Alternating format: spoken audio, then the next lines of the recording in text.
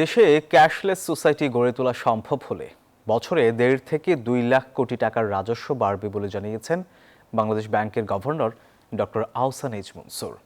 পাশাপাশি কমে যাবে দুর্নীতি। রোববার ইসলামী ব্যাংক বাংলাদেশ পিএলসির মোবাইল ফিনান্সিয়াল সার্ভিস এম-ক্যাশের রিব্র্যান্ডিং কার্যক্রম উদ্বোধনী অনুষ্ঠানে তিনি আরও বলেন, ইসলামী ব্যাংকগুলোকে অবশ্যই শরিয়া আইন ব্যবহার করতে হবে, আর এই বিষয়ে দ্রুতই আইন করা হবে বলেও জানান গভর্নর।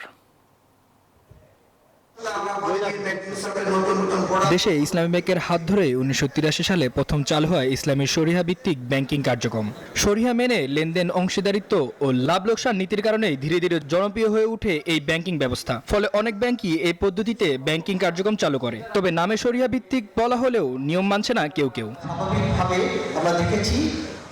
এমন বাস্তবতায় রবিবার ইসলামী bank Bangladesh PLC mobile financial service M-cash এর রিব্র্যান্ডিং কার্যক্রম উদ্বোধনী অনুষ্ঠানে কেন্দ্রীয় ব্যাংকের গভর্নর বলেন, ইসলামী ব্যাংকগুলোকে অবশ্যই শরিয়া আইন ব্যবহার করতে হবে। এ বিষয়ে দ্রুতই আইন করা হবে বলেও জানান গভর্নর। আমাদের লক্ষ্য হওয়া উচিত শরিয়া ভিত্তিক প্রিন্সিপালসকে মেনে আমরা কিভাবে সর্বোচ্চ মানের সেবা এবং রিটার্ন দিতে পারবো, ডিপোজিটরকে হাইয়েস্ট রিটার্ন দিতে পারবো এবং ইনভেস্টরকেও হাইয়েস্ট মানে অ্যাক্সেস টু ফান্ড দিতে পারবো।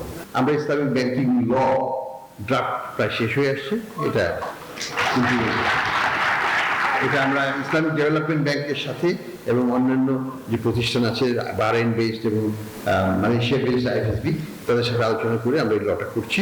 গভর্নর বলেন, ক্যাশলেস সোসাইটি গড়ে তোলা সম্ভব হলে বছরে ১.৫ থেকে ২ লাখ কোটি টাকা রাজস্ব বাড়বে, পাশাপাশি কমে যাবে দুর্নীতিও। ক্যাশলেস সোসাইটি হলে বাংলাদেশের করাপশন অনেক কমে যাবে এবং সেটা একটা বড় উদ্দেশ্য। আমাদের হিসাবে বাংলাদেশে ক্যাশলেস হলে ১.৫ থেকে ২ লক্ষ কোটি টাকার নতুন রাজস্ব আয় বৃদ্ধি পাবে। এই জায়গাটাতে আমাদেরকে কাজ করতে হবে। এইখানে কাজ করলে পরে আমরা দুর্নীতির উপরও একটা অভিজ্ঞতা আনতে পারবো, আমরা অর্থনীতিকে সচ্ছল একটা চিত্র দেখতে পারবো। শীঘ্রই instant inter operate payment system স্থায়ীভাবে যুক্ত হবে সবগুলো ব্যাংক, মোবাইল, ফাইন্যান্স ও মাইক্রো ক্রেডিট। ফলে প্রান্তিক পর্যায়ে হসপিটাল, বাজার, প্রয়োজনীয় বিল পরিশোধ কিংবা মাইক্রো ফাইন্যান্স, এসএমই সব স্তরে লেনদেন মোবাইল ফাইন্যান্স সার্ভিসের মাধ্যমে করার পরামর্শ দেন গভর্নর। ভবিষ্যৎ বাংলাদেশে অনেক। মামুন ইসলাম, নিউজ 24, ঢাকা।